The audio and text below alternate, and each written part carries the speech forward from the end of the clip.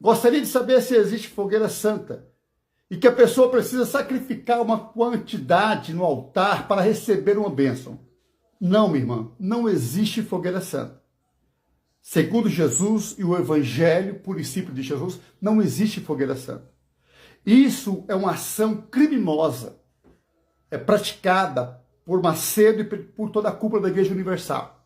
É uma ação criminosa, perversa, para roubar, ludibriar e saquear os bens das pessoas gananciosas, barganhentas e que não têm conhecimento da graça do Evangelho do nosso Deus, revelado na pessoa de Jesus. Então não existe. Isso é uma ação criminosa. E outra, é sacrificar? Não, minha irmã. Segundo a teologia cristã, todo sacrifício que eu e você teria que fazer, Jesus fez de uma vez por todas.